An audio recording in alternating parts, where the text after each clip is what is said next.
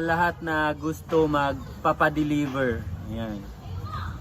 Yung pangmalakihan na cargo na yung kailangan nyo. In-introduce ko po sa inyo yung EMR Courier Services. Ayan, nagde-deliver nga pala sila nationwide. Cargo po yan, Courier Services. Ayan po si Sir Boniface Mihorada. Maraming salamat po sa EMR kasi sila po yung parang trusted na po namin. Matagal na po. Since 2021, tama po ba Sir Bon?